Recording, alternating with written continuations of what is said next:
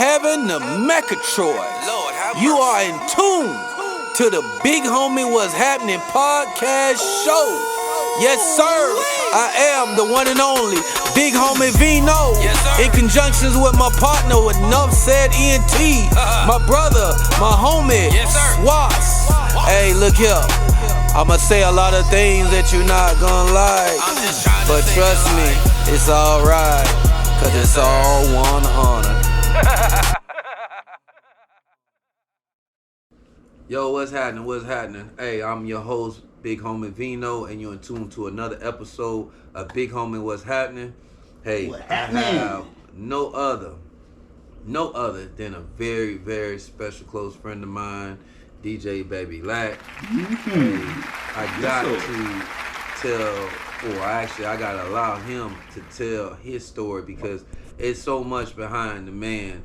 You know, we see him dancing and jigging and all that, but that's also let you know he's his own man. He's always, do his thing. You know, he sets his trend. He's a trendsetter, and I'm just so blessed to have you on the show, brother. Yes, you know what I mean? Vino dog. Hey, before we start the show, I always like to pray for everyone here, and I like to pray for the listeners and everything. So I'm going to lead us in the prayer real quick, and then we're going to get going, all right? Heavenly Father, I just want to come to you today to just thank you for protecting myself, protecting Baby Lac, his family, Swas's family, all the listeners' families. Father, we ask that you continue to lead us into righteousness and just take us to the promised land, Father. Now, I know you get tired of us asking for shit, but my mama always told me you got it, so let's get it. Let's get it. So we're going to make this one short and sweet because my man is a busy man, and I just want to start off by saying, I've known Baby Lac for over 20 years. That shows how old I am and how young he is. 2 decades. Over 2 decades. What I would say to describe him in one word is giving. And I could say that with 100%. Just to give you a quick background of me and Baby Lac's relationship, when I was in a group called Terrorist Torture, back when y'all call them YNs and all that stuff, it was hard. CDs had just came out, and that was like the tool that they was using to give DJs, and I didn't have it. I had my music on a TDK tape cassette, and my brother was working the radio station jamming hard. I didn't even know him, but I knew of Dog Man, and at that time I knew that this is who I needed to get through. Mm-hmm. He was working with a brother named Homie Vino. Shout out to Homie Vino. Yeah, that's my dog, Homie Vino. Yeah. And I took the cassette up though to a non-disclosed location, and I gave it to him. I told him who I was. And, even back then to this day, when you give your music to someone, and I was young and arrogant and I didn't know how the game go, they really just take your stuff and just throw it in the bin with all the other music. But, I don't know if Lac listened to it or what, but all I knew on the radio, I heard, hey, one that dropped the cassette off. I need some RCA cables up here to hook the cassette deck up. We only play CDs. So, where some people would get in their feelings thinking that somebody's shining, I looked at it as, he gonna play my music. So, I went home, I grabbed some RCA cables, I drove back up there. I said, here you go, bro. He said, all right, cool. He was genuine, serious. And so, I gave it to him. I went around the corner, and I just sat in my broke down little raggedy car, and I had to listen to the station, and he played my song. Nice. And he went to ride on there. He went to ride. And so I was like, damn. So that's how our relationship started, and it just flourished from there. And So you've been DJing that long? Yeah, I've been DJing since 1996. Wow. I'm only able to keep up with it because of the Florida Classic. That's the first year the Classic came to Orlando. Nice. And at that time, I was just cutting hair. Okay. And I was cutting one of the DJs' hair that were on the underground. Okay. So once the classic came, I thought about this thing called the Pimp Von Hellthon. That was one of my first names, Pimp Von. Okay. Powerful individual making paper. There you Nice. go. You know what I'm saying? So Nice. Let them know. Let them know. Nice. Hey, I wasn't gonna put it out there, but Nice. I'm glad you put it out there. Nice. Yeah, too. Yeah, so I came up with a concept. The classic is coming to town first time. It's gonna be really crazy. Right. So I figured we could be open as an owner. We could be open for 3 days straight. Thursday, Friday, and Saturday. Yeah. For 24. For 24. all. Yeah. Yeah. Classic. And it happened, and at that time, it happened. So all of a sudden, I asked the DJ, could I come up there to the radio station? Because that's the only thing everybody would listen to. Yeah. Could I come to the radio station? And he was like, yeah, come on down.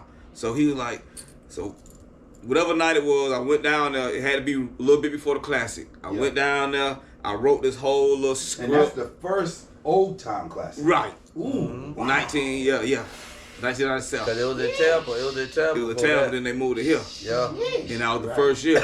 So it was crazy. Orlando, Disney World, So I wrote a whole script, went up to the station. He had to, don't tell nobody where the station at now. I couldn't had to come by myself and all that stuff. Yeah. But he trusted me. You had to be in the streets. You had to know somebody that knows somebody that go up there. Yeah, I've been to the station. Well, you've been to one, but it's been I've been the it's been a few. Yeah. It's been a few. I wrote the script. That was around White Dog time.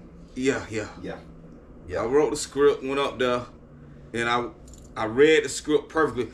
Oh yeah, it's going down. I used a whole bunch of, because I was in my mind, I'm thinking it has to be like a commercial. Right. So I just went to yell, oh, whoa, the hottest thing you'll see, Pimp Von Hellthon. We open for 3 days. The only spot. We're gonna have a concert. Da da da da. So all of a sudden, boom, I was done. I sat down, chilled with the DJ for a while. About 3 minutes later, the door kicked in.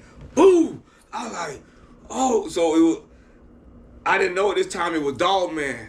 Dog Man was like, who was that on the radio? And so I'm like, oh crap. He was like, that was him. He was like, who was you? He said, do you DJ? I say, no. Do you want to DJ? I was like, he's like, come up here tomorrow night.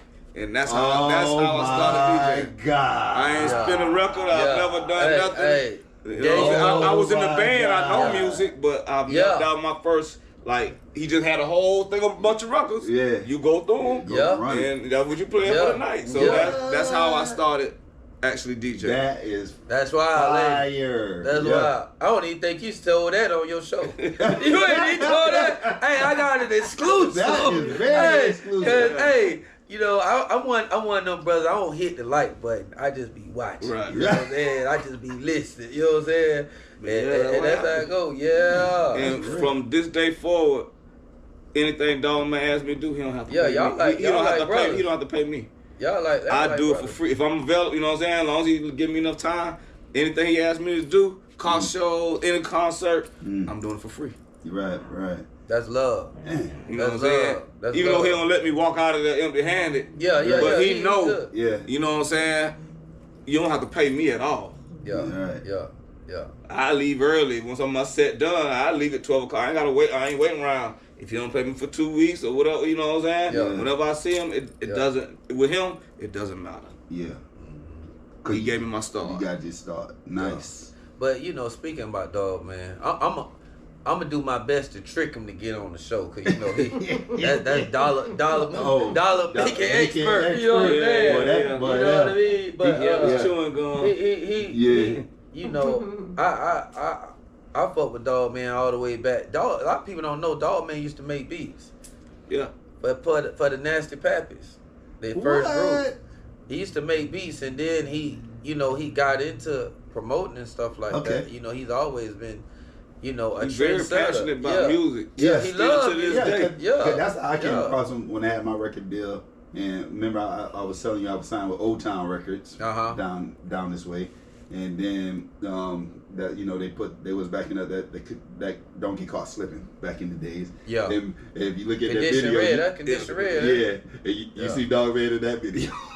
Dog Man in that video. Yeah. So Dog Man has always been, he has never been selfish.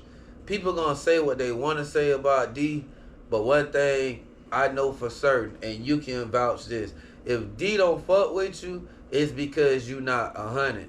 That's the only thing. He don't like liars. Right. Like, that's just how D is, you know what I'm saying? Like, everybody in this game, and you know, everybody's trying to work their move. You only got a handful of people that's going to give you square business. Right. But for him to bring the underground, what was going on in Miami and Palm Beach, and bring it here. I mean, it was like a phenomenon. Like, you had never ever heard. I was one of them people get ready to wash my car at 7 o'clock because I knew that's what time they come on. You know, they might not come on till 8. I'm still got my ear. You know what I'm saying? Then as soon as they come on, it's the whole city. Is amazing. You know what I'm saying? And for him to even get that idea. And we used to go down there and we go get transmitters and stuff. It was a whole thing to the butt naked man. It was a man in West Palm Beach. He was a butt naked man. He could fix. He sold them, and he'll turn to the frequency you need it. You know what I'm saying? And you buy it, or if it break, he fix it. But the only stipulation, he was a nudist. So you go there to his house to fix it. Or whatever. Oh, hell. Bro. And they used to joke about, like, when I first got in, they used to joke about the butt naked man. That once upon a time, it was my turn to go down to the butt naked man. So in my mind, man came to the door, man. I'm like, oh, man. And the whole thing, he fixing the. He got things, he fix it. I'm like, oh. So I gotta sit there, you know. It took him an hour or two to get, figure out what's going on. I bet it did. I bet it did take him an hour. Butt naked man. Man. Put them down dogs, put them on, you know what I'm saying? They were one of Raylo. Shout out to Pup. I think I jumped in Pup DM about a month ago. And we hollered at each other. I told him, whatever he or time, we need to link up. I actually shout out to Cadillac. I actually opened up for Pup a couple times. Pup produced a lot of records, records for me. He took a liking to me. Pup had a radio station here. Yeah, I can believe it. 95.3. The Blaze. I mean, it was on. The Blaze. I know exactly what it only lasted about 2 months. 2 months? It lasted about 2 months because it was just, we just kept getting reported because it was like the underground is like kind of back, but it's on regular radio. But me too.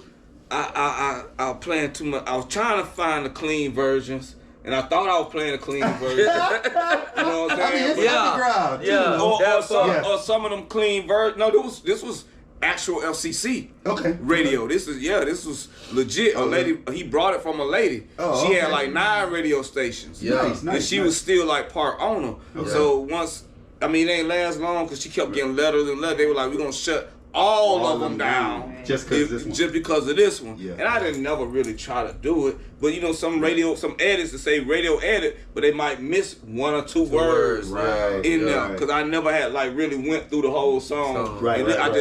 I'm looking at my iPad and I say radio edit and the song and I'm running. So and I thank Pup for that opportunity too, man. But Pup is a good dude.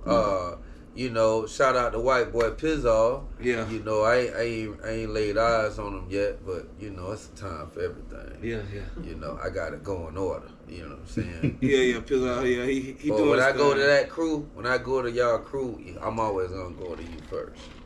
I told Pizzall he got to make sure he there for the documentary. Him and nephew 4 Stacks. You know what I'm saying? Because they remember a lot of nights I don't remember. Okay. When they tell me, when they remind, I'll be like, I remember that night. But they got all that stuff between Pizzall and 4 Stacks. They know a lot more about me than I know about myself. Wow. Okay. Wow. Hey, I remember. I don't know what the hell was going on, but I called myself, and you probably don't remember this either. This was at Cleo. I called myself I'm going to challenge you to a dance contest or some shit. And we were back in the back. We were fucked up. And so I don't know what. I was tripping. I was like, going to bet some money. And one of the girls, Came over to me, she say, baby, don't do it. Just throw that money on me, cause you finna get Baby Lac you dead. Know what I'm saying? Now you went out there, did a few little things, and came back, and got back with the rocket in my house. Like, what you got going on? And you was like, shit, you said something to me. And I was like, nigga, you can't dance. Back up! So something he said. So yeah, bro, we were fucked up. You probably remember that. I remember. Hey, that girl told me. It's ringing a little bell. Girl told me. A little bell, but she said, it sounds like something. Yeah. She said, baby, throw that money on me. Yeah, cause you done lost and Lac can dance. Okay. I was like, oh shit. And then I go on social media, I see him on that vid hitting the Thriller on that vid. I said, oh yeah, I ain't fucking with that. Nah. Yeah, I'm gonna do some smooth shit. Oh yeah, he dead. Well, people call me more of an entertainer. Yeah, but that's what it is, than though. a DJ, you know what I'm saying? Yeah. But that's what makes the show live. That's what separates you from everybody else. And the fact, just keeping it a buck, not saying that all DJs got the big head, but they probably, you're very approachable, what I'm trying to say. I'm not trying to disrespect other DJs, because just like all of them and yourself, y'all get bum rushed with a lot of, artists and just a lot of BS. Mm-hmm. And then if you don't play somebody's shit, then they hate you, and they doing all kind of fuck shit, so it makes y'all be like, have y'all guard up. But what I want the listeners to understand about you, how are you able to still just stay humble like that? Because you're very approachable. You know what I'm saying? You still ride in the hood. You tell a bitch where you at. You just be like doing your thing, and that's what's up. I'm one of the only people. It's people that can go anywhere, but I'm one of the only people that could go anywhere in Orlando and be okay. You know exactly, what I'm saying? I know that. You know, in the street, in the hood, and I'll be okay. Yeah. You know what I'm saying? But I was one of the people that was in the crowd first, in the club. I got you. And I understand, what the crowd wants, because that's what I want. That's what I was getting at the time I was coming up. You know what I'm saying? Disco, and train, all that. You know what I'm saying? Energy, I was getting that. You rooted. You know what I'm saying? Woo woo. So that's what I try to bring to the people. If I pay the same people that pay $10 and the same people that pay $1,000 for that section, they deserve the same type of atmosphere. Mm-hmm. That's true. You know what I'm saying?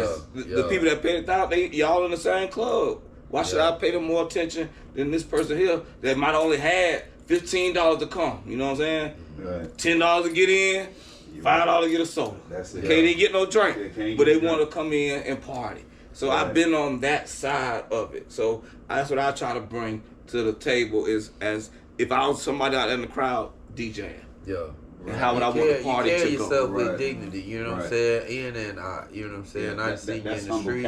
I seen you rock the mic, you know what I'm saying? Like, it is what it is. So that's a lost art in the DJ game. Yeah, and I've been seeing your posts on that. I saw a clip where someone was interviewing you and they was talking about battling DJ battles. Mm-hmm. And you were talking about, well, it ain't gonna work for you. You're gonna lose because you got respect for certain night train. You got respect for disco. You got respect. You went to naming DJs that like, I just fuck with them, even though maybe I can get them, but we ain't gonna never put that energy out there to find out. Because I grew up on them boys. You know what I'm saying? Yeah. How could I challenge somebody I grew up on, unless I'm just arrogant or, you know what I'm saying? Exactly. Right. Because my style incorporates all them cats. I got some disco in me. It's like the first law of the 48 laws of power. Never outshine the master. Right. Yeah. You know what I mean? So that gave me, I looked at that and I didn't think of it like that, because when they was talking about it, I was like, oh, damn, that'll be good. That might be something I'll go to, because that's like how it used to be. Right. When we had Pac Jam and Metro Skate and all that shit like that. Damn, they had those type of things going on. So that shit just disappeared. But anytime I could DJ with these cats, it's an honor to me. Yeah. Because I remember being down there looking at right.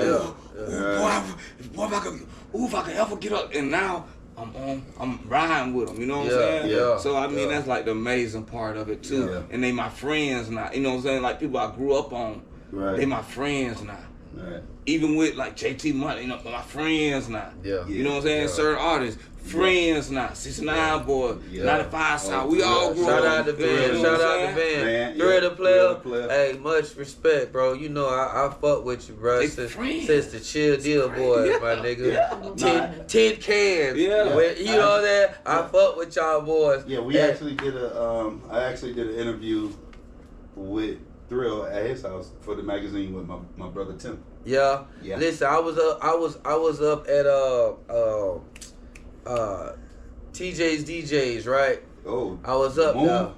I was at a radio station doing the interview, and so I heard that Van worked on that radio station, but I didn't know that he was like live remote somewhere.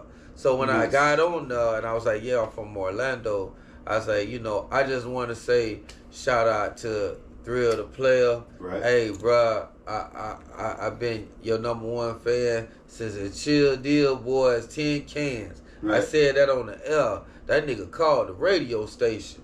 He said, hey, who was that up there that just said that? And they just said, hey, Thrill on the phone. And I got to talk to him for real for the first time. And we've been like distant cool. Like he know who I am. I know who he is. When he'll comment on my posts and shit like that, I be commenting on the shit. He a good dude. A lot of people say a lot of fuck shit about him. But I mean, at the end of the day, I don't know what y'all situation was. For you to be able to eat 30 years later, 35 years later off of you're a good dude, bro. A few singles. It's some songs.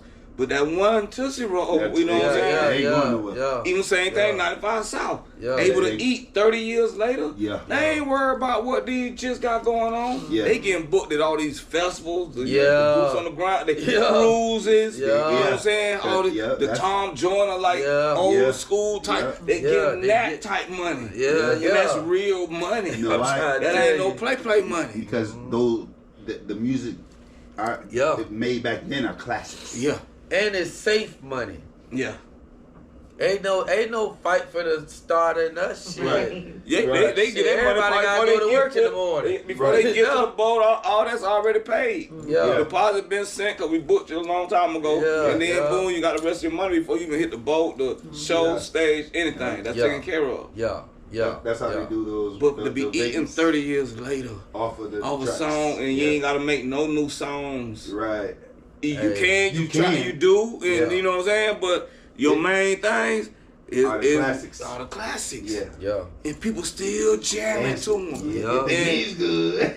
95 South told me something the other day when they was on the show. They said they audience is getting younger.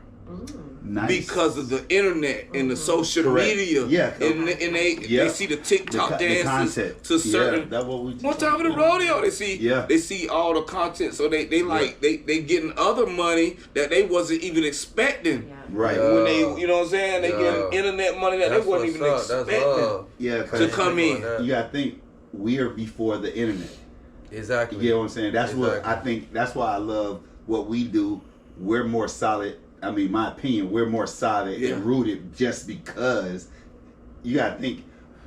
You got people that go crazy. Hip hop is like crashes. rock and roll now. Hip hop is like rock and roll now. A rap group can be like the Rolling Stones around this bitch in their 70s doing that shit. People gonna come to that shit. Because just because of the internet, it's timeless. When it's a hit record, that shit is timeless. Like you can't erase that. And shit. with the internet, your music will be everywhere. Everywhere. See, it ain't like you said you had to deliver a cassette.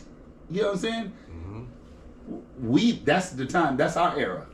Now you can throw it on, and it can be in Paris. It can be just because it's on the web. But see, the newer generation, they don't respect the fact of what we had to do to come up.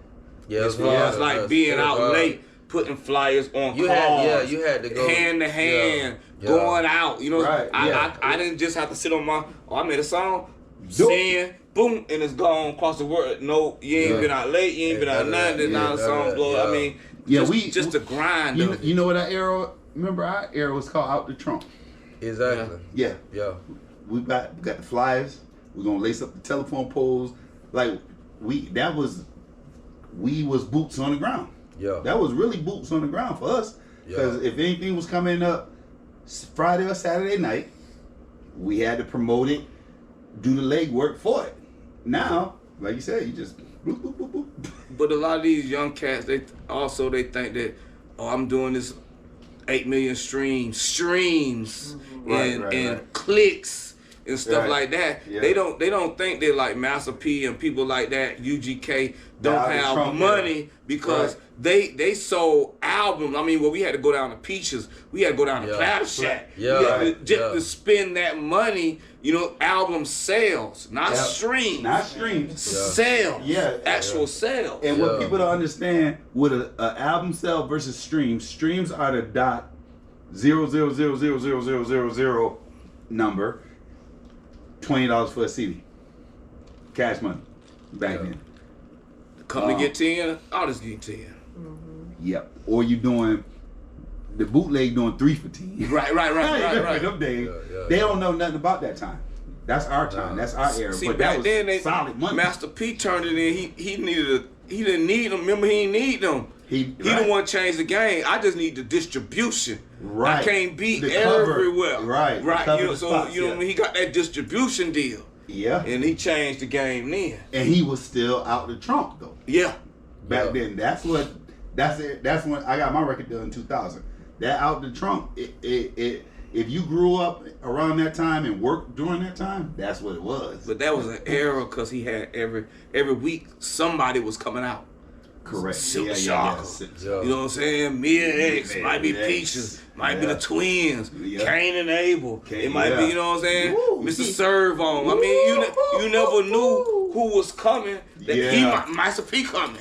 The next week, you know what I'm saying? Right. Silk the Shocker. Then it might be a true album. Yeah. You know what I'm saying? All of them on there. And that's what I'm saying with he killed the game, bro. I opened up for C Murder in Daytona. You know what I'm saying? Yeah. That's how we deeply rooted. Just like that. Is. But that, I just like, they need to understand the difference of the hard work that artists had to put in at that time than as of now. Okay. I can respect that. You know what I want to say though too? Not to cut y'all. Remember, since we got a DJ, remember when you had a hot record, you give it to the DJ, right? This before the politics is what I'm saying. Now it's so much political. He heard it, he listened to it in his headphones, and he ran it. Now we got to grease hands. How you feel about that? I just want to speak on that. Cause all right, you want to ask me? I can answer from an artist perspective how I feel about it, and I let him answer. Mm-hmm. From an artist perspective, the way I think that it was nothing wrong with it. I always looked at it as, because I've had to pay some DJs, but I've always looked at it as like marketing, like you're promoting, like type of thing, because a motherfucker that's willing to give you some money to pay this shit, they must obviously believe in the product. So that's how I took it. And see me, but you got some DJ like with Lac, you can just give it to him. If he like it, he'll play it. Right. If he don't like it, he ain't gonna play it. So you can't get in your feelings and be like, fuck. He'll fuck nigga. Nah, nigga, this shit whack. The man don't like your shit. But why? You know ask the question? Like, because it's just that. It's keeping it 100. As an artist, I was that person where I never greased hands. This is me. And I grew up from the era where I didn't have to grease hands. If they like relationships. Yeah. Also, and I did the drops. You know what I'm saying? Like if they ran it because y'all remember 436. Like that was the era I grew up in. Crunch One, Crunch One. Yeah, you know what I'm saying? And my other DJ friend from Sanford, the Crunch One was from here, and then I can't think of his name right now. But Squirrel. Yeah, cause he from Bokeep. Yeah. So, but I didn't grease their hands. I did they drops and actually did a song for the club where they DJ at, which back then it was 436. So I did, and then they use that song and do radio commercials for it. But I'm just saying, back then I didn't have to grease hands. So, what? My question is, what was the era? Because he already said, I don't have to grease your hands. So, like right now, if the artist come up to you and give you a track, you gonna run it? I mean, the game changed. It has. The game changed. You know, once upon a time, that was the game. You know what I'm saying? Yeah. Now, you know, I sell, hey, bro, when I'm in the club, I'm on the radio also. So I sell them on that. Okay. Hey, bro, if I play your song right now, it's going to be everywhere, worldwide. So right. I So need, you need something, because I'm giving you a whole nother service. Correct. That is true. That's so, I mean, if you're able to offer that type of service, every DJ can't offer that kind of service. True. Some DJs got to go ahead and play it. You know what I'm saying? Yeah. If it's straight. Yeah. But see, I don't have headphones, so I don't even be listening. What? You know what I'm saying? So I can't. Damn, the time has changed that much? Yeah, I don't need the headphones, bro. Nice. But I mean, some DJs have to use headphones. Some DJs don't because of the waves. Now you know. Match the red with the red. Correct. But I know beats. Yeah. Yeah. That Serato thing that's going on. You see them waves going, and you know when it's hitting it. I don't know how to read all that. I just know the music. Yeah. You know what I'm saying? All right. But like you said, to grease my palm, now where I'm at now, what I got going, I mean, you got 30 years. I ain't talking about $800 million or something like that. You know what I'm saying? But I can give you opportunity and people everywhere hearing your song instead of just in the club. Correct. So you say you DJ and you broadcasting on your station. Right. And your station is what? And DJ Baby Lac Radio.com, or you can just Google DJ Baby Lac Radio. It's gonna pop up, you know what I'm saying? The TV show, the radio, ain't no telling what's gonna pop up. Me dancing, all type of stuff. Baby Lac flow. Have mercy. So, hey, this, we don't say that. We ain't gonna say that. Okay. But man, it's crazy how that has just gone on, and I mean, and people just remember, you know what I'm saying? I remember when you first said it for the first time. I said, "What the hell did he just say?" And then I think you was just like, "What the fuck I said?" You just ready to ride that shit. I say, "Oh, he on one." I say that's on since then. He on now. Yeah. Well, I know Vino. I celebrate you in my own privacy. You know what I mean? We have to definitely give Baby Lac some radio drops, because my brother want to do we gonna work on a strip club shits. Okay. About 7 EPs. So we're gonna definitely be reaching out to you on that. I saw that. I saw a piece of that documentary about Magic City, and they were talking about the Migos before they like really blowed up. They said they was making songs not even for the radio. They were making songs for Magic City. Yeah, that's how you eat. They were just Pacific songs just for that song, because they want to come and throw money in here. Their song in Magic City, and it just it took off from there. That's you know what I'm saying? They won't worry about radio. They were like, we going to strip club, we gonna turn up tonight. Yeah, we gonna make a song for them. For that club. That's what I was saying about 436. I was going back then. It was 436 on Fridays, and then Heroes right after that. You know what I mean? Yeah. So you do, as an artist, you definitely, if that's where you're gonna go every week or something, every other day or every day, you make a song. It's for them. It's for both of y'all. They gonna run this shit. But now the game has changed. Right. Like you just said, you knew 436. Right. This day, you know what I'm saying? Then Heroes. Then Sunday was Palladium. Yep. You know what I'm saying? Caribbean Beach Club Wednesdays. Yep. Everybody knew the schedule because it wasn't all these clubs. It wasn't 15 things going on in one night. So I think that's where a lot of things have got messed up also. Right. You know what I'm saying? So now they can have more people, but the city is split.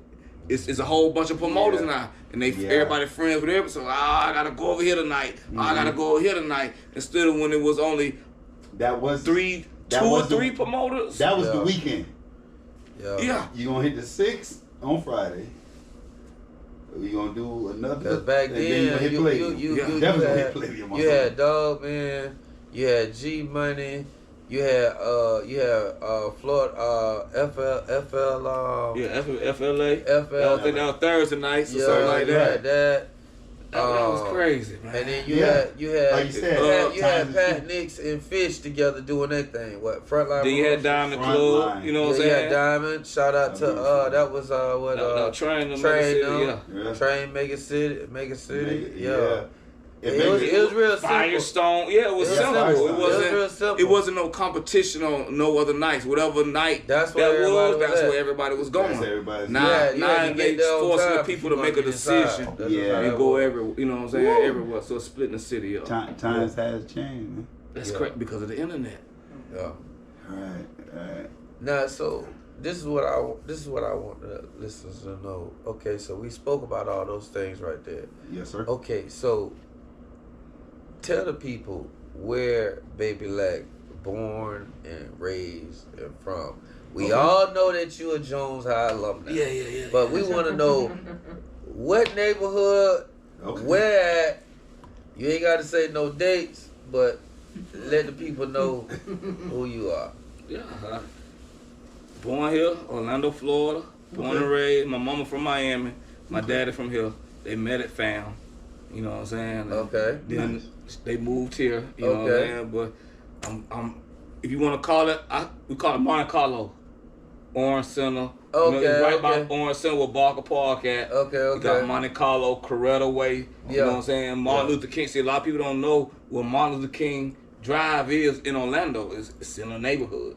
You know what I'm saying? They named 50 honorary from 50 from down, I guess. And 50 is Colonial. But if you look at the brown on top, it says Martin Luther King, and I think that's from like Pine Hill Road down to Mills. Yeah. That's honorary, but the actual Martin Luther King Drive is over there right off of Orange Center, right by Barker Park. You know what I'm saying? And that's where I grew up with. Jones High School. I went to Windermere Elementary. You know what I'm saying? My mom and daddy was teachers, and I went to Poundcastle Elementary. You know what I'm saying? Okay. I went to Memorial Middle School. Went there. And, you know what I'm saying? I cut hair for 22 years. I was in the Navy for 5 years. Okay. You know what I'm saying? Thank you for your service.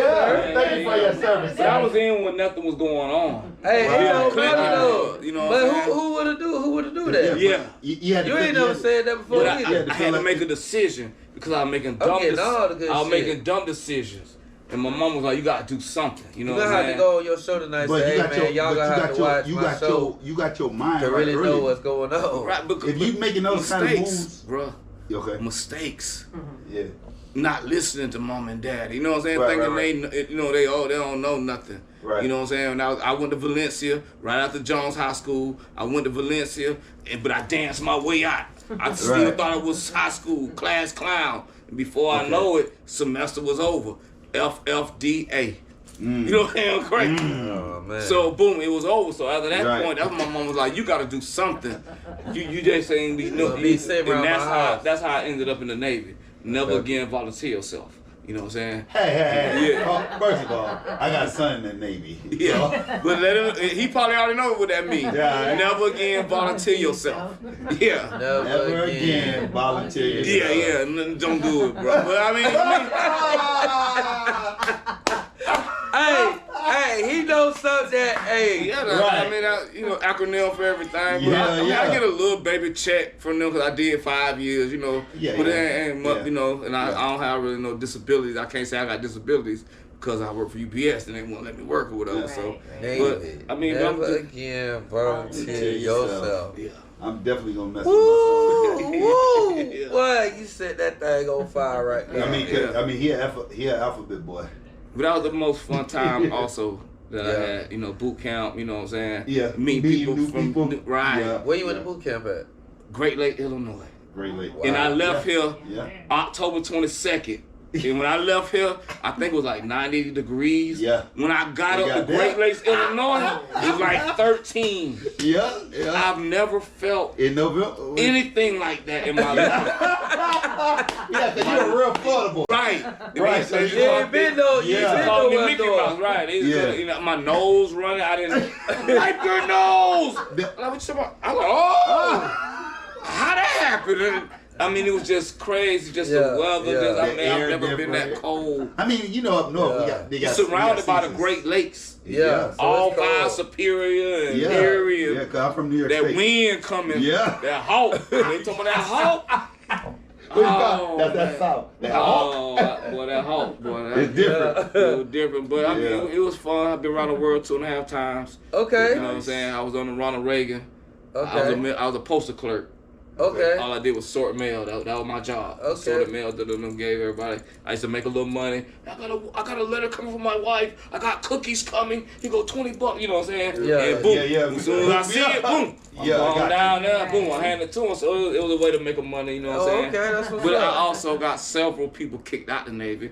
You know, I got 17 people kicked out the Navy. Wow. Damn. Because my homeboy, he worked in the piss room, and the whole time we was smoking good. You know, and he worked in the piss room. So what he did, whoop, the whole switcheroo. So put my piss put they piss, you know what I'm saying, with me, and put my piss over there. So a lot of guys, you know what I'm saying. Podcast, they gonna come looking for you. Oh, it's over. You know what I'm saying?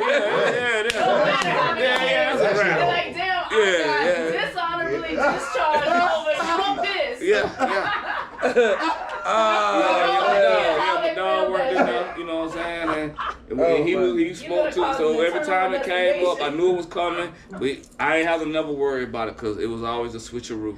Nice. It was wonderful, man. So I had a nice, experience. If I'd have known what I know now, maybe I would have stayed in the 20 years, but Baby Lac may have never been invented. So it's a whole, it's a whole catch-22. Wait. I do that to him. Say that again.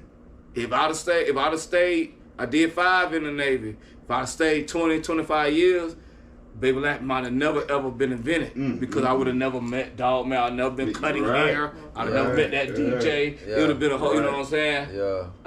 Right. I'd probably be retired. But I think about too, I could have been retired, sitting back home, laying up every day now. Just living off the pension and, you know what I'm saying, a little $6,500 they give you a month or whatever they give you for the whole thing, you know what I'm saying? So it's the catch, the 22. But I wouldn't trade. I don't think I'd trade what I've seen over the time for that. You know what I'm saying? But you done seen it and you've been there, so it's better to get both sides too. Right. See, you didn't cover 3 sides. But the family man thing would have been a beautiful thing too. Correct. You know what I'm saying? Like, cause that's what I know. My mom and dad, they was together 48 years. That's all I know. I don't know the divorce. I don't know no other. All I know is family. You know what I'm saying? Yeah. So that right there would have been a beautiful thing. But like to make people happy, dance, and you know what I'm saying? That's a whole nother object too. And I like to do that. You know what I'm saying? You're young. Yeah. You would have been retired by now. You would have just that's what I said, sitting back, not what they say, not engaged. Cutting my yard every day, you know what I'm saying? I cut it yesterday, I'm going to cut it again tomorrow. You know what I'm saying? So, porch with your cup of coffee, saying good morning and Sunday. Pretty much so. That life right there. So with that life. So with what he's saying, I love this opportunity because you're more engaged with the people. Right. So you are actually kind of, well, not even going to even say kind of. I'm going to just say you're doing what we're doing. We are changing people's perspectives, their thoughts, their lives when they come around us. It's crazy, man. How you can do that, make somebody feel good. I was having a bad day. I turned on your radio station. And heard a little thing, and you made me dance. So, you know what I'm saying? You took my mind off or whatever. I mean, just those kind of little things. You know what I'm saying? That makes a difference. Oh, yes, it does. Yeah, it make you feel welcomed and needed to what your services are. It ain't in vain. I ain't doing it all in vain. Right. You know what I'm saying? When somebody come up and tell me, hey, baby, and they tell me something I said, I don't forgot. Right. But they say it, but I'm like, wow, you know, they was really listening, you know what I'm saying? Like, for people to even take their time out, people got a million things other to do. Around their house, but they take a little time out their day or life on the drive to work, home from work, or whatever, and check me out. Right, because you got to show, that's crazy. Hold on, look at the time. You got to show tonight. 7 p.m.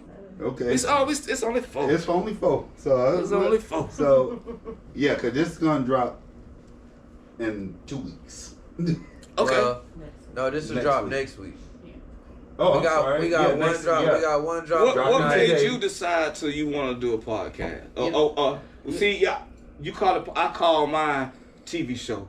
I don't know. I ain't come up in the podcast era. I got you. Even though I'm in the internet, or YouTube, or however it's coming out. Yeah. I don't say I don't discredit myself like that. I'm on TV. I'm on that there. Yeah. When people tune in 7 o'clock, I'm on that. You on what? I'm on that right there, that TV. Yeah. So I call mine TV show. You know what I'm saying? And I do get offended when people say, "Oh, I want to come on your podcast." Oh, I seen you on your podcast.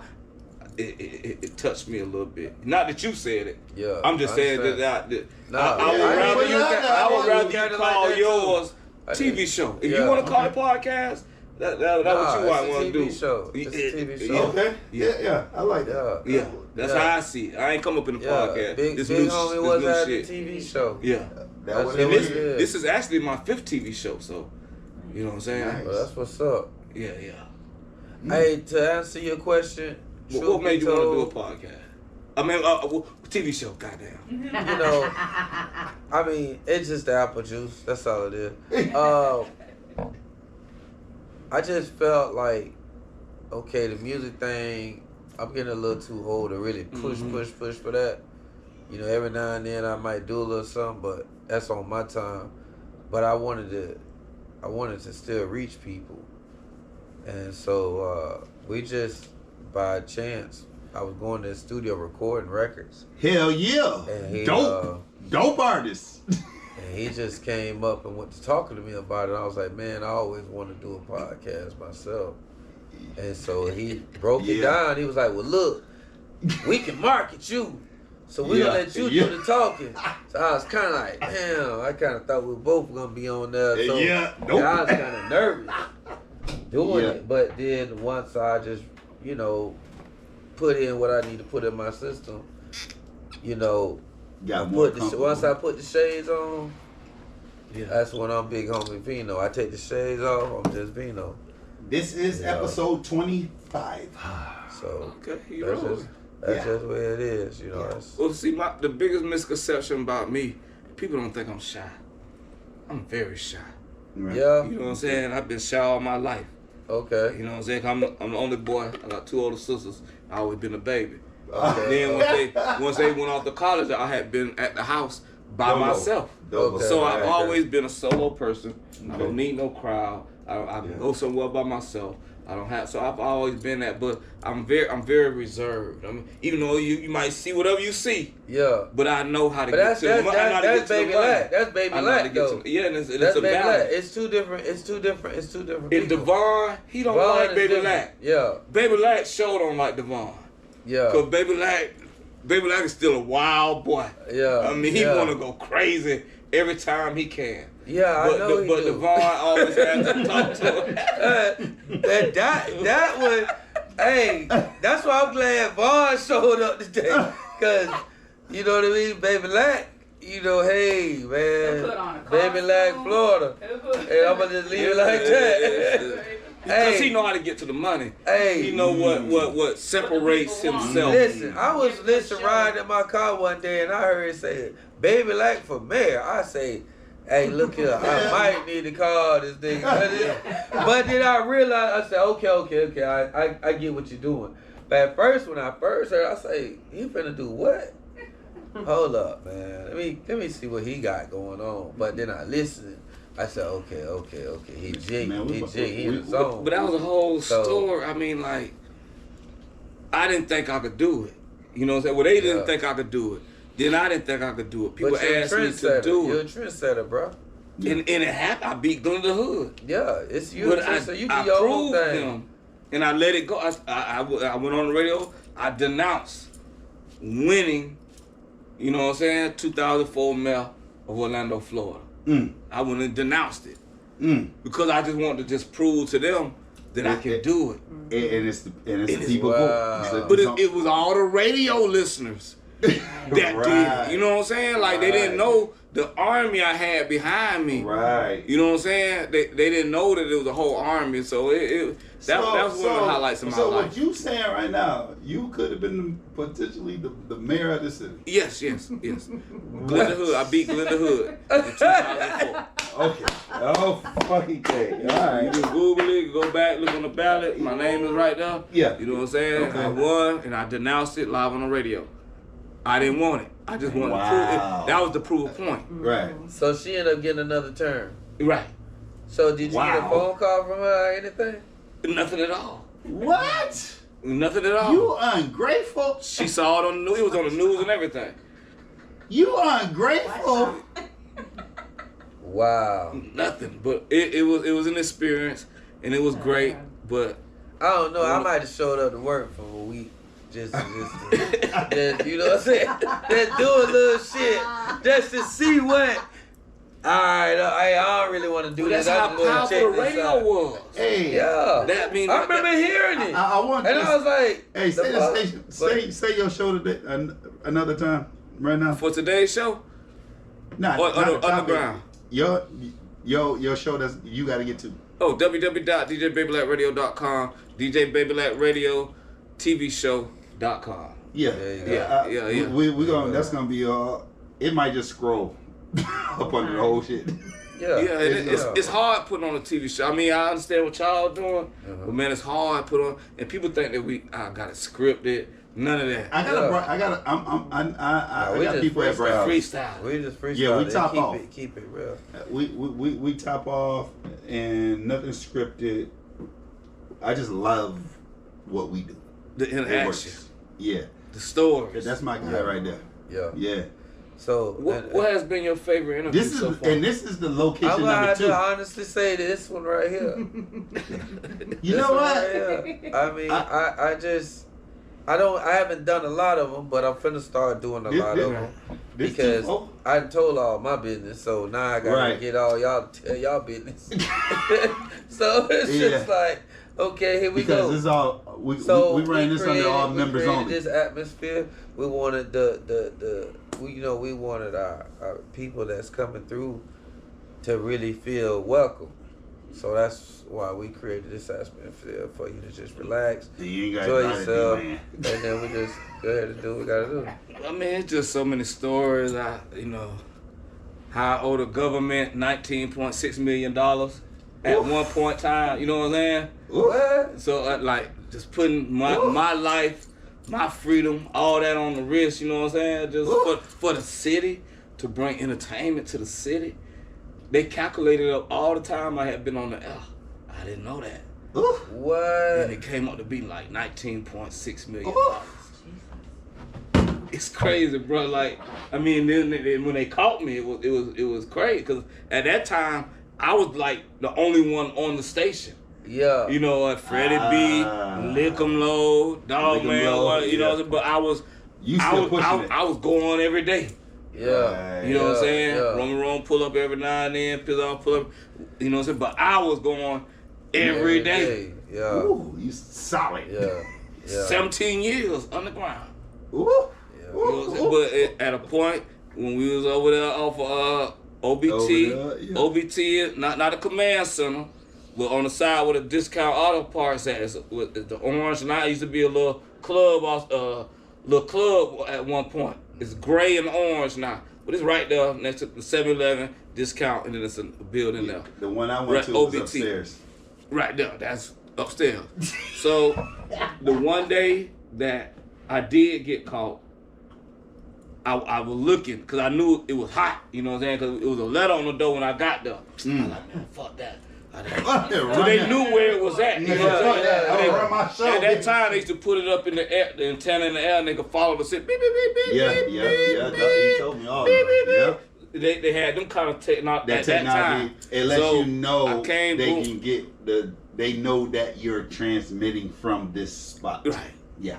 Yep. So I went up there. I look, you know, said, boom, I'm jamming. Every 5 minutes, I'm looking out the window. You know what I'm saying? But I'm jamming still. Yeah. Jam, boom, boom. One time, I guess I had looked 4 minutes, and then 1 minute left. I looked, man, had to be about 80 cars down there. Before I knew it, boop, boop, boop, boop, boop. Yeah. Bah! Kicked the door in and off. Yeah. So I had got on the chair, and that's when you got the little ceiling panels, and I put my wallet up there, because if they don't have your ID, you know what I'm saying, you good. Yeah. But you know what I'm saying, I kind of left it, and man, the detective man saw my little wallet, boom, got my name, all that. They already knew. Yeah. They already knew it was, you know what I'm saying, that I was on the air. Because when I saw him, I tried to turn everything off. But it was too late. Because there'd been plenty of time where I caught him, and I had everything. Right. Yeah. Like I ain't made no noise enough. Yeah. Like I said, off camera, is when I talked to D, he was like, "Well, when they come, they kick in. They gonna kick in.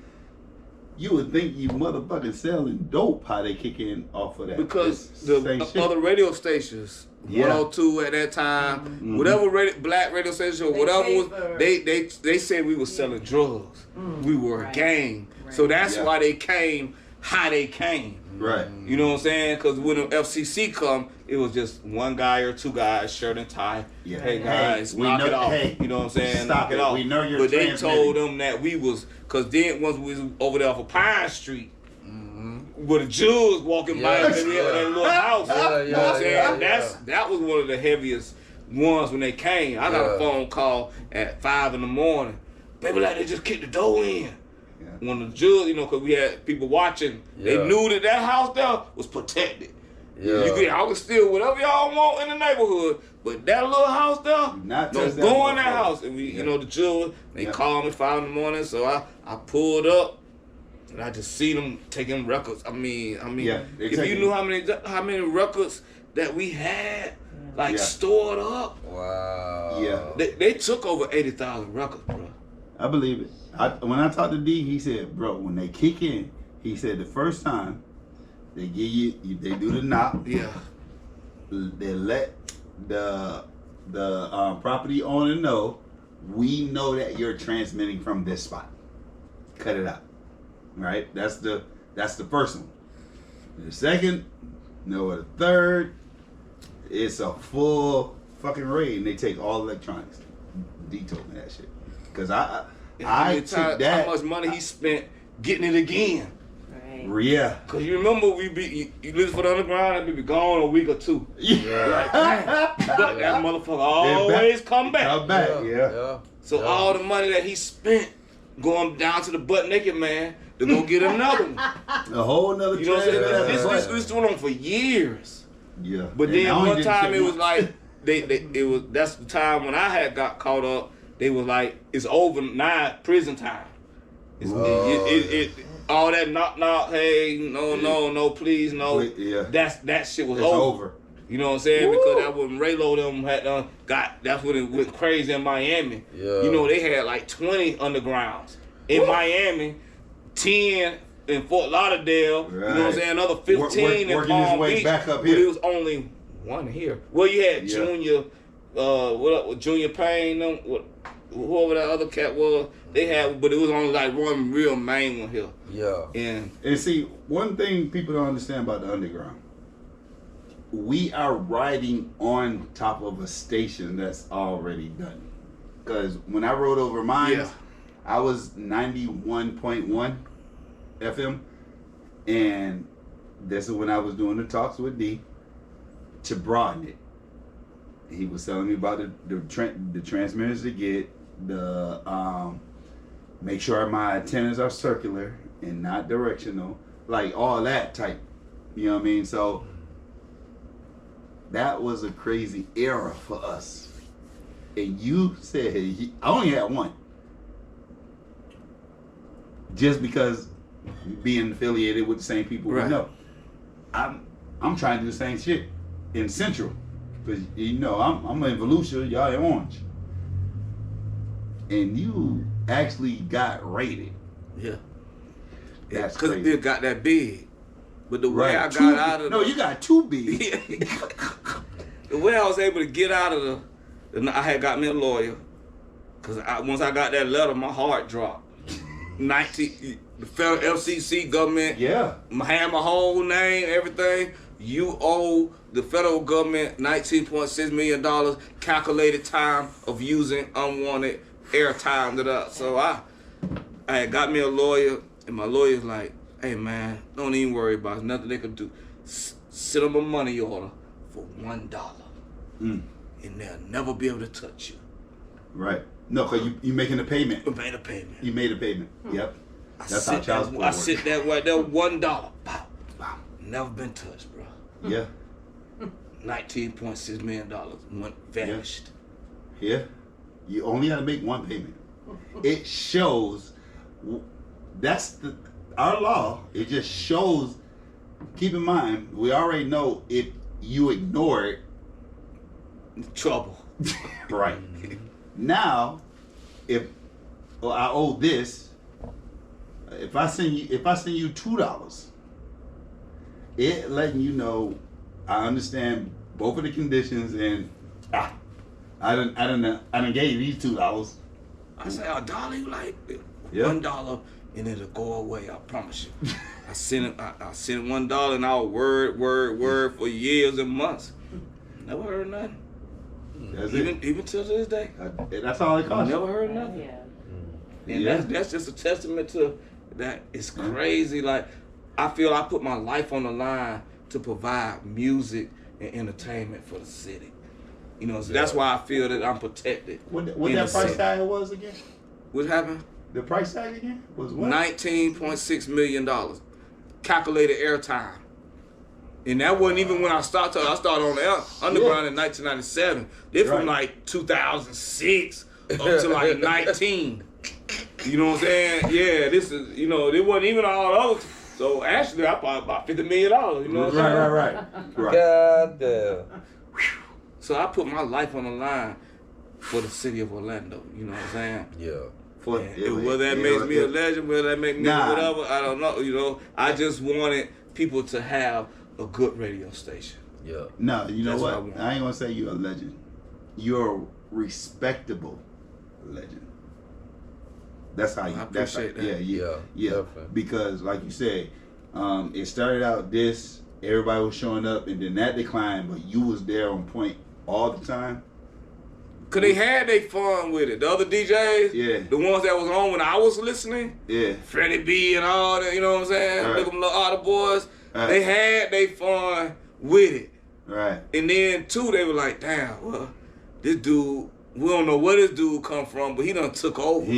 Cause my whole identity was at first don't be known. You know, it's everything low. So I was Baby Lac from Houston, Texas. You know what I'm saying? Right. I'm from the 4th Ward, next to the 5th Ward, down the street from the 3rd Ward. So that's how I used to play that. Right. That's a thought. You know what I'm saying? But as I'm talking in the barbershop cutting hair, people just like, you sound like the man be on the radio. It just kind of you know what I'm saying? Or even when I talk at the store or whenever, people just started kind of like so you do see back then you do your show, right?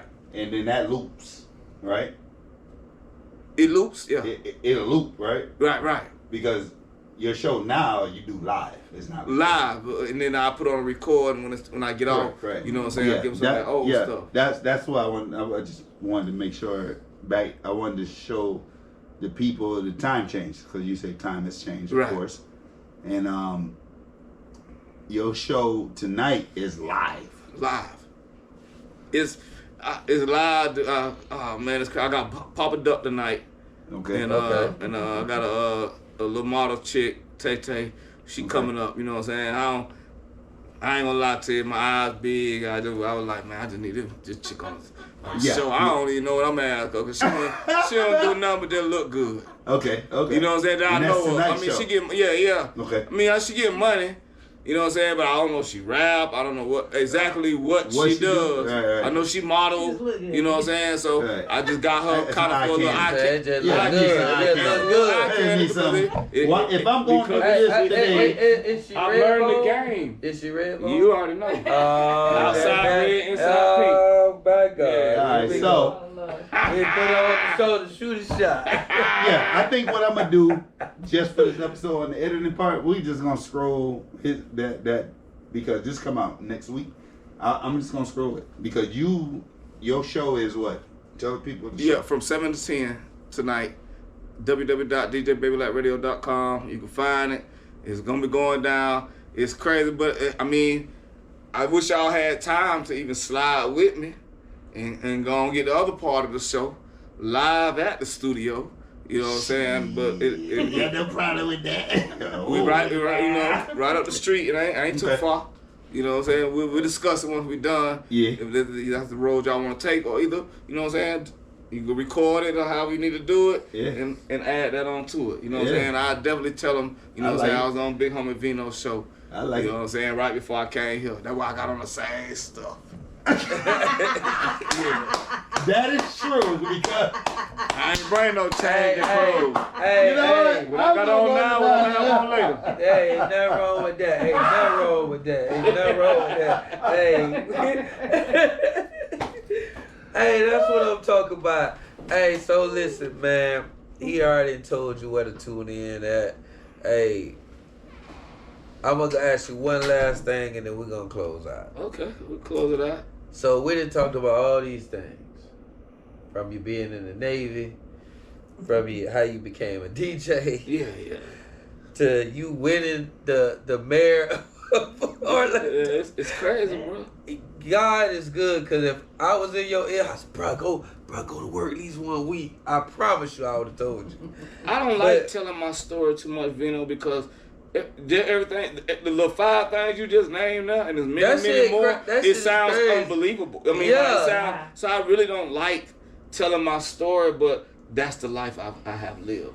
Yeah. I can give 7 other men pieces of my life. We ain't even got into the strip club part. No, you know when I was cool. I was getting ready to talk about God, so we right. Well, let's talk about him. Yeah. So that's why we here. So, so with all that being said,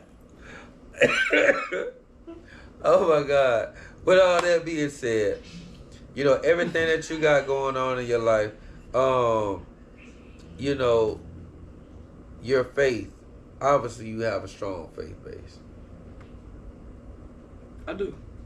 You know, what your family, like, are they all strong in faith? Like, what religion, or like what, you know, just how does it work with you? I mean, I've always been in church all my life. You know what I'm saying?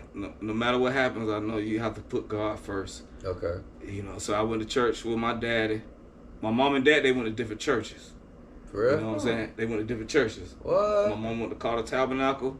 My daddy went to my Olive A&Me. Right down the corner of Church Street in Tampa Avenue. Yeah. But that's an old church. Yeah. It's been there for years. Right next to the store. The smaller one. And my mama went to the bigger one right next to that one. Oh, dirty. Yeah. Carter Tabernacle. So, I mean, just years and years and just putting God first. I mean, that's just our family thing. You know, my mom one of the ones that got the crosses over the door. Yeah. You know, and when you enter and all that she does, she one of them people. So and boom, whether I did it or not, she dropped some crosses off. You know what I'm saying? You need to put this over your door, front door, back door. You know, just making sure. But God is a big important part of my life, and I just try to pray. I know I don't do right all the time, every day. I try. It's a struggle. It's a battle.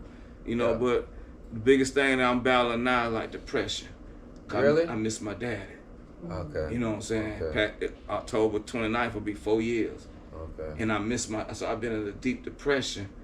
4 years. Yeah, I go to work, I do whatever I do, but my mind, I miss my daddy. Wow. One of the men that I've known longest in my life is gone now. A man I used to give a bow to, a man I used to dress, a man I used to help take to the doctor. That part of my life is gone now. So, I mean, depression right now, depression is a real thing. When I'm alone, that's why now I find myself not really wanting to go nowhere, not really want to do it, but I know I have to keep pushing, because that's what he would want me to do. But depression is a real thing, and that's one thing that I'm going through right now. Yeah, y'all heard a lot of stories and all that, But now this part of my life is something that I'm dealing with. It's a missing chapter for you. Yeah, I miss my dad. Yeah, I miss my dad. Thought about helping out in like old folks' homes or something? Get a little piece of that.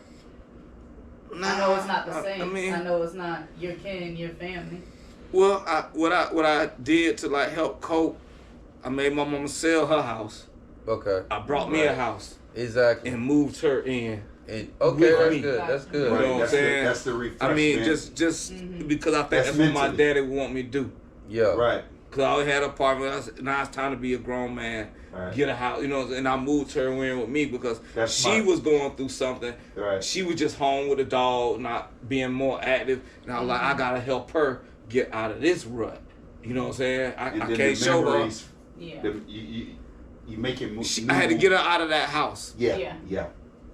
So now, you know, she's moved now, you know what I mean? She boom, she gone, Right. she you know, she going to a little adult group it's and refresh. right. Yeah, because keeping her there, only thing it'd be more mental. So like you say, you just had to. And I'm not being there, nobody for her to really talk to during the daytime, you know what I'm saying? And my daughter was in college at that time, you know what I'm saying? So she's gone, nobody's there. But no memories are there. Yeah, So, and it's tough. And she wasn't sleeping in the room no more.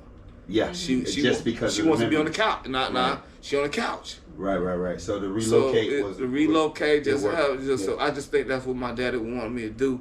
Yeah. But right now, I mean, I'm almost out. But you'll never heal that pain. Exactly. Right. That's a pain that you ain't never gonna ever get over. And I've asked some of my homeboys or people that I know that has lost their father.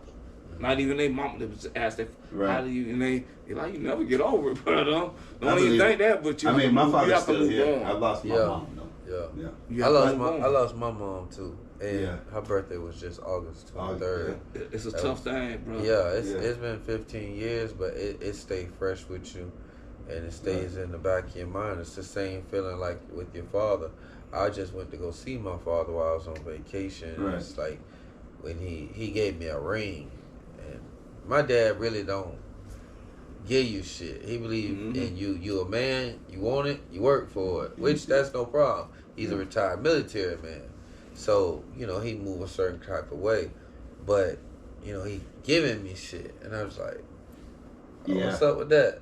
And he was like, oh well, you know I just want you to have something from me. Right. Yeah. And I was like, damn, bro, what you got going on? Like, I mean, so it kind of threw me off. Being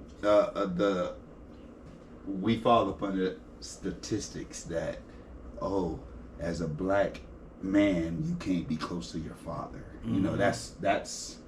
Nah, I don't believe that. I don't believe it either. I'm close to my father. But I'm more closer to my grandfather, Mr. Davis. Shout out to Mr. Davis, my grandfather.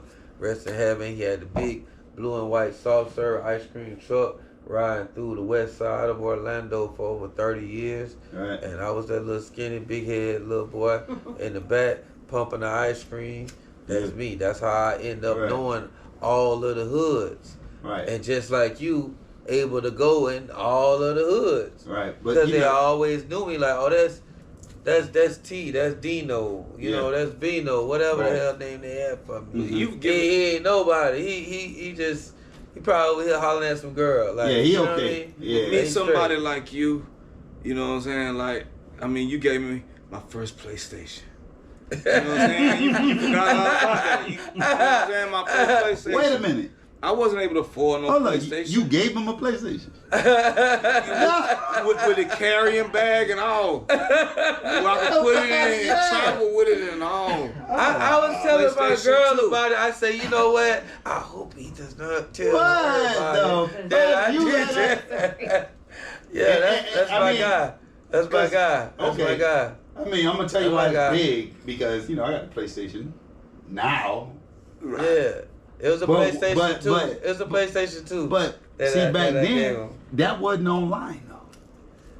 Yeah, but you had to play the game. Yeah, right. You know what I mean? You had to play the game. It came with Alter Beast and no! oh man, I mean, like just to have all that, it was just like crazy. Yeah. And I still thank you for that. Yeah, for I sure. mean, Nice. you gave him a bottle of Don P. You just always have been genuine with me. That's why I say I gotta go show up. You know That's what I'm saying? He called me. Definitely appreciate it. And trust me, I don't do these. I know you don't. I know you You know don't. what? Hold on, I ain't did one. I ain't did one of I know these. you don't. This is the first one over here. Hey, I appreciate man, it. you know what? I knew when you saw the text, I know you like, what this nigga just asked me? Hold on. Because one, I'm shot. Like I said earlier, I'm shot. Yeah. And then the stories that I tell, they sound, they just sound fabricated. I ain't tell you about the 9 girls versus 1 lac. I ain't tell you. It's a whole bunch of stories that I can't, what I'm saying? We definitely got to do it. So we definitely will. In the near future, we just talked about we just talked about God and all that. Yeah. But I mean, it's just so much, bro. Like I said, I could give some of my life to 7 other guys and still be satisfied. Yeah. With what Wait. So you can give your life. I could give some of my life. You get some of that. You get some of that. Get some of that. And I'll still be satisfied with what I have done. You know what I'm saying? And still be good. And still be good. Hey, 7 other individuals. Baby Lac, Florida. Okay. I mean, even before the DJ, just being a barber. Right. Single mamas. I ain't got the money to. That part 2. Members only part 2, baby. Hey, the funny thing, when he was, I'll keep it a buck. When he was cutting hair, I was working at the Pizza Hut next door to him. So I that's how I ended up finding out that he was cutting hair. Because I thought all he did was DJ. And then I went in there one day to talk to Curtis. And I seen him and I was like, what the hell? And he's like, yeah, bro, that's what I do. He was just like, kind of like, damn. I have to thank my mama though, because every move pretty much in my life, she made me do it. Okay. As far as going to you need to go down there, go to service, you know what I'm saying? I went and did the service, you know what I'm saying? Yeah. She never was really, she respect the DJ thing now. Cause she see what's going, but when it was going, you ain't making no money out there. You out late night, you ain't making. You know what I'm saying? You need to stop that DJing and that. You need to go down there and cut some hair. Yeah. And boom, I went to barbering school. You know what I'm saying? Okay. Ended up eventually 22 years barber cut. You know what I'm saying? Okay. Then I lost the love of it. You need to go down there to Ups. She called it Ups. You need to go down there to Ups and do that. And I applied, but I wish I'd have did that out of high school. Right. Because it's hard work now. You know, but every step in my life, my mama pretty much has pushed me to that. I did it, but she pushed me to that. You know why? Ups got good benefits. They got this. You know why? Because as a parent, you go from supervising to advisory. I raised you. I had to do that. Now you at a certain age in your life, this is the advice I have to give you. Yeah. And she gave you all that advice and you followed up on them, and that's your story. To be honest, it's like something I'm going through right now also. My daughter 25. Right. Never really had a boyfriend. Okay. Now I got a boyfriend. Okay. You know what I'm saying? I ain't made me no granddaddy or nothing. I'm finished college, all that. Right. But like one of them first, cause she's never like really, she's just always been focused school. Right. Now she's out of school, she's working. Right. Now she done started her social life. Right. She's 25, she's an adult. I gotta let you go. So I'm not glad supervising you no said more. what you said. Yeah. Supervising. That's over now. We got a little something the other day. Okay. Cause I guess the new boy, he don't understand. We never could do that. Why he can't stay over the night and you know what I'm saying? Right. Bruh. Nah. This ain't happening. Nah, and before that, she was like, well, Dad, why you don't really talk to him if he come? I'm being nice, letting him even come over to my house, you know, so y'all go conversate, Yeah. But she was like, well, Dad, why? I speak to him. Hey, what's going on? And I first met him July 4th, and I told her I ain't gonna ease down until if he here July 4th, next year, I come down a little a notch or two. You know what I'm saying? As far as a notch or two. a friend is because I'm giving you one of my most prized possessions. Yeah, I understand. You know what I'm saying? Your daughter. She don't, if he can't do what I could do, he don't. You know what I'm saying? She don't pay no rent. She don't pay nothing. All her money, her money. So why won't you introducing me to a third person party here? So what I'm going through now, you know, she what I just told you about, he don't understand. I guess it's a new age that it's okay to maybe we're not crossing any lines there. He just, you know, he just want that ain't happening. And she got mad because I didn't say. She told my mama that that's how he felt. They held this from me for a while. Right. And I finally found out about it. You know what I'm saying? And my mama always tell me, you need to say something to her about this. And I'm always the dad. She's grown. I ain't gonna do her how my mama she did over me. Here, Yeah, she's so still grown. She grown, but I gotta let her kind of figure some things out herself. Yeah. So boom, the other night I mentioned about, you know what I'm saying, about the guy want to stay over. Why would he even feel he could even comfortable to say anything? But that's the time. Then it became a big issue. Came home the next day, key on the counter, remote for the garage on the counter. Right. You know what I'm saying? And that's what it takes. And now she's gone. Yeah. I ain't talked to sister. I hit her Thursday. This happened Wednesday. I hit her Thursday morning. I'm your daddy. I love you. You know what I'm saying? Yeah. But and I can't be. I have to let her. I got to cut the wings a little bit because I know because my mama did me the same way. Yeah. I thought I knew everything. Yeah. And what I did, I ran my ass after a little while back home, back to family. Yeah. And knowing that life doesn't, these people in the streets or the friends, there are genuine friends. But like for the majority at the end of the day, what's going to happen? Family is going to be there. Family's supposed to be there. You know what I mean? 'Cause I hear stories from broken families, and I'm like, oh my gosh, my family's not like that. Right. You know what I'm saying? So, yeah, but that's why I said, as a parent, I got 4 girls and a boy. So, what I've realized, we have to go from supervising. Now, when you get a certain I'm glad you said that. We have to advise. Now, the only thing I can do is just talk and tell you what I think. That's what it is, but I ain't never put them 2 words. Nah, that's the way that's what it is. That's what it is. Supervise, you control, you know what I'm saying? And then when they get a certain after a while, you gotta let them go, but you gotta advise them on life. You know what I'm saying? And I used to wonder why my mama always right everything. She said, "This going on," and then it happens. Yeah. Right. How she know that? Because she's been through it. She's been through it. Yeah. And history repeats itself, whether what time it is, but it's still gonna repeat itself. Yes, sir. So that's why I have to. I'm right now. I'm at the point. To parent, we go from supervising. Just gotta let go and let God. Just pray on it every night. I've taught her what I've taught her. I've supervised.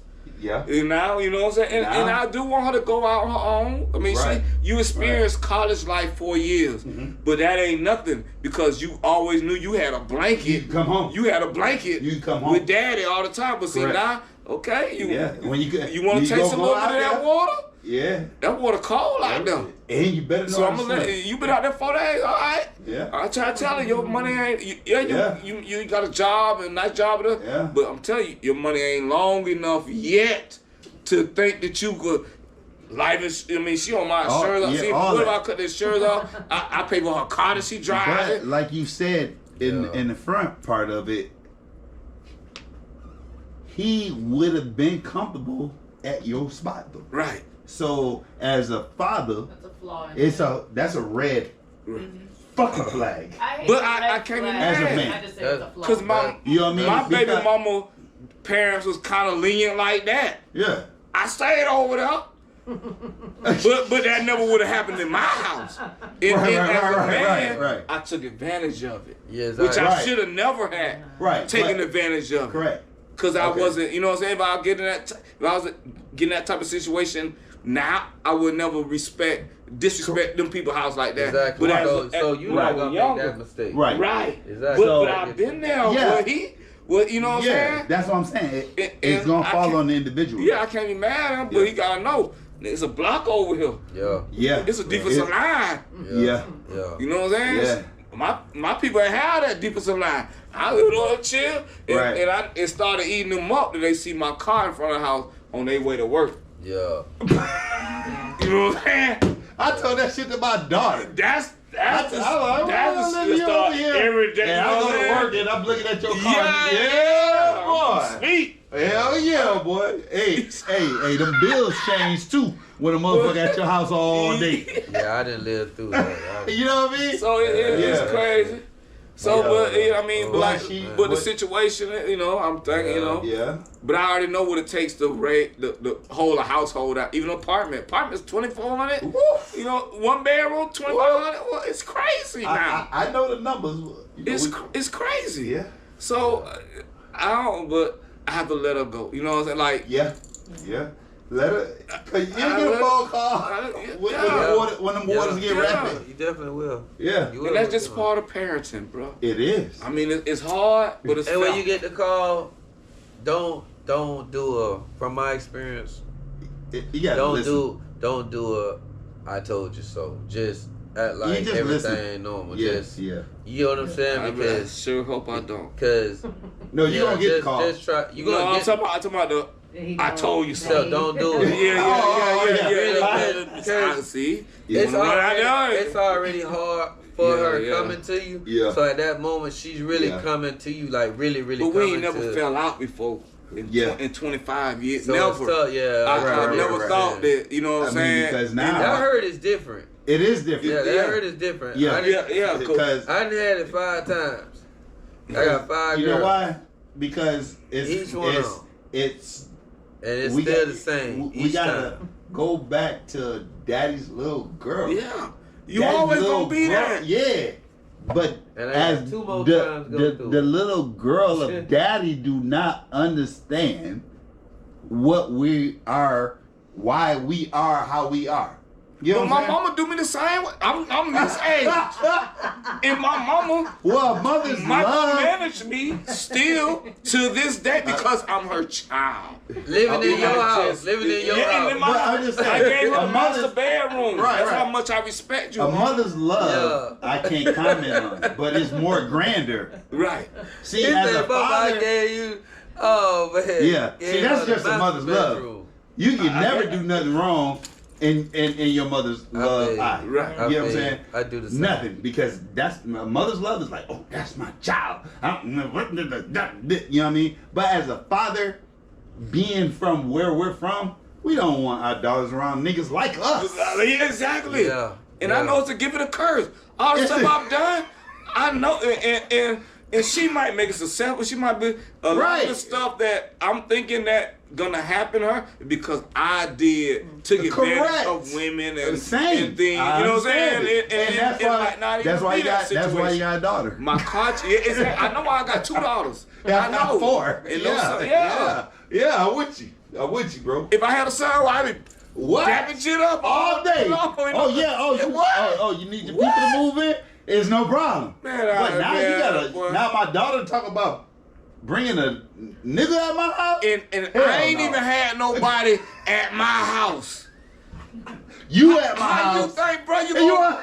I respect my mom enough not to, if I need to go do something, I'll go whatever I need to go do. Yeah. Or go to that crib.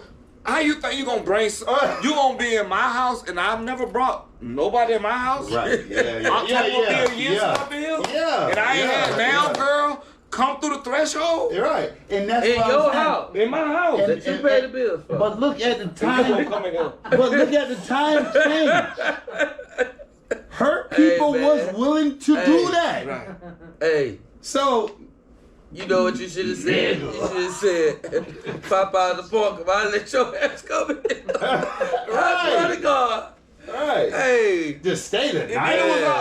Not a dinner. That's wild. Or a move. When I first met, what's up, Pops? Bro, no.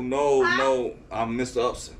We haven't got to that level, you know what I'm saying? Be cultural, nice and everything, but Pops, no. Right. He automatically bro. He said he gang. Oh, I mean, So you have met him before? I have met him. Yeah, I met him. Yeah. So, and this is the altercation of the whole... Right. If he wouldn't been around, my baby would be in the house. It's only been 2 months. You said July? July 4th you met him. I don't know, because they hold it from... Yeah. Right. I don't know how long... No, I'm saying since you met him. Yeah, you met him July 4th. right. And I don't know how long they've been kicking it because they hold... My mama hold that back. Yeah. It could be 6 months. Right. Yeah, but still, at the end of the day, for another man, see, a boy will stay the night at another man's house. Yeah. A boy will. A man will not stay the night at another man's house. Yeah. I don't care. Like when. But a lot of it was the daughter, females coaxing me. You can stay. It's all right. Yeah. Don't worry it's about on it. the daughter. It's cool. No, it's you know on what the I'm daughter. saying? Yeah. Because they're comfortable. And the little boy took that. I took that. Yeah. Like I mean, I'm gonna drive home. I have my own crib, all that. Oh yeah, I mean, but it's just the stayed fact that a couple times, but I was a little boy. It was allowed. You know what I'm saying? And it was allowed. Yeah. Some parents allow that. Some parents that ain't happening in my house. Yeah. But I took advantage of a house that would allow it. Correct. And I was dead wrong. Because just respect factor. You know that wouldn't have happened. But you get that later though. Right. That should come later. But at least he got it. Cause you got some niggas out here our age that still ain't got it. Hell no. And then they gonna say night. They gonna say night to night. Listen, man, I seen a nigga that was 51 years old wearing skinny jeans. I just said, Lord, right. I pray for you, right, and your sons. And I just kept it moving. Listen, when do you know you're a man? In my opinion, and I wasn't expecting that, but that's a good motherfucking question. Great motherfucking question. That's the best question someone's asked me so far this year. When do you know that you're a man? When you have complete understanding of yourself. Yeah, yourself first. Like you no longer have that thirst to want to compete because you're already confident in who you are. Yeah. And that's why I'm able to do what I do now, because I don't give a fuck about these niggas. Because I know done touched who you M's, I done lost M's. I don't care. You know what I'm saying? That point, like I'm just good. Like when I went through that situation I went through, and everybody knew who it was that got me caught in that situation. I could have just ate the whole TV shows and podcast shows up around here and just be like, oh yeah, this. But, you know, at the end of the day, my family always raised me on cause and effect. And that's the problem with a lot of people. You know, we quick to point the blame at someone else. Now, they may have contributed to something, but at the end of the day, you got to go back to the mustard seed. And to the mustard seed is, I ain't had no business doing what I was doing. Right. Had I never did that, I would have never enabled this person to be able to participate like they did in apprehending me. You get what I'm saying? So it's, you know, it varies. And people get tight with me. Oh, nah, brother, fucked up, da. But why you feel that way? You ain't have to go do the time. I'm the one telling you that did the time, because I did the crime. Yo, this is, you know, this is what it is. So Can I read you something that I came up with as far as like to make the city? This was back when I ran for mayor. Okay. This is one of the platforms that I ran for. I still have it, like rules of the city. Okay. Yeah. So can I give you? Run it. I know we're running a little long. No, but can I give you just some of the city? Yeah. Some of the rules that I had read. Rule number 1. No drive-bys.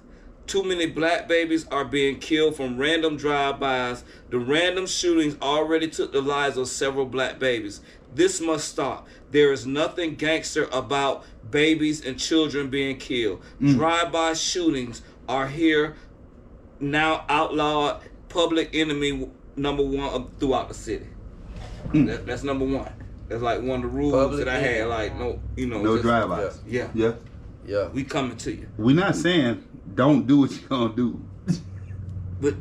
But no drive-bys. Just because cause and effect. Right. Yeah. You never know. Them bullets don't have no names. Right. Rule number 2 that I had planned for the city that hopefully everybody would have came with, got on board with. Number 2, all rapists, child molesters in the community must be turned in and dealt with immediately. We cannot allow rapists in our community preying upon our women. They can be your mother, your sister, your daughter. Sexual assault committed against any of our women or children will not be tolerated in our community. That was rule number 2 that I ran on my platform. It worked. Number 3, concerts, parties are all neutral territories. Neutral. Yep. So if I see no shooting. Yep. Too often, innocent people get killed at parties that are not the actual target. Handle your beast at your own risk in your own space. Right. That was number 3. That worked. Like what It worked. Number 4, respect the elders. Any harm, violence towards an elder is a serious violation. Elders are harmless and defenseless. Attacking them is the same as attacking a baby, and you will also result in public enemy number 1 throughout the entire city. That's He fair. say public Enemy number 1. Number 1. Yeah. Hell yeah. Because that ain't fair. Yeah. I mean, You gonna take advantage of somebody 88 years old, yeah. leaving out the store, just trying to get home? You think that's fair? And you 26, and you go knock him across the head? Yeah. Right. That ain't cool, bro. As a baby. Yeah. Rule number 5, respect. If no one has done anything to you, show them respect and love. If they ain't did nothing to you, hold the door. Hey, how you doing? Yeah. Good morning. I mean, If they ain't did everybody nothing ain't friendly or whatever, yeah. but I understand But that. they ain't did nothing to you. Right. Right. Rule number 6, all beefs must be handled away from school grounds, churches, and businesses. Once again, it is imperative that we leave innocent people out of our beefs. Rule number 7, That's powerful. know your enemy. Deal directly with them, nobody else. Number 8, no slinging to children, pregnant women. That's genocide to our people. Number 9, it's on the 10 on. Okay. Number 9, do not shoot any victims of robbery. There is nothing more cowardly than robbing someone, getting what you want out of them, and shooting them after you got what you want. Correct. That's number 9. Yeah. Because if I Number say, 10, enforce and honor the street code. Make our streets honorable, respectable, and true to the game. That's what I ran on. Ooh. I salute you, my brother. I wrote that myself. Fire. Do you still do put the guns down and all that? Do you I do try stuff still? I try to. They ignore it, but I do it when I see somebody, Orlando, somebody got killed. I put it up. Yeah. Put that and the rules up. Yeah. No guns, and then I put the rules up. Yeah. People ignore it. You know what I'm saying? They don't see it until it affects them in their household. Yeah. Right. They read it. Maybe I put that up again, but it ain't gonna affect you until little John Until it's gone. on your primary. I feel you. So, hey, I just want to tell you, thank you so much, brother. I know you got to get to your show. Once again. Yeah. Thank you, Big Vino. Sorry I talked so much. No. The people needed to know this. Real testimonies by real people. Once again, if y'all want to get at us, you can get at us at bighomie.whatsup@gmail.com. That's bighomie.whatsup@gmail.com. You got any ideas or you just want to just give us some feedback, please do that. Hey, I'm going to leave y'all out with the 5 B's. Be with God, be honest, be prepared, be patient, and most important, the 5th B everybody have a problem being is just be yourself. Be yourself. I'm the big homie Vino. This is my brother right here, Baby Lac, and you can be caught at where? www.djbabylacradio.com. You can catch me any night on the radio, DJ Baby Lac Radio. Google me. I'm there. There you go. Hey, we love you guys. Take care of yourself. Much love.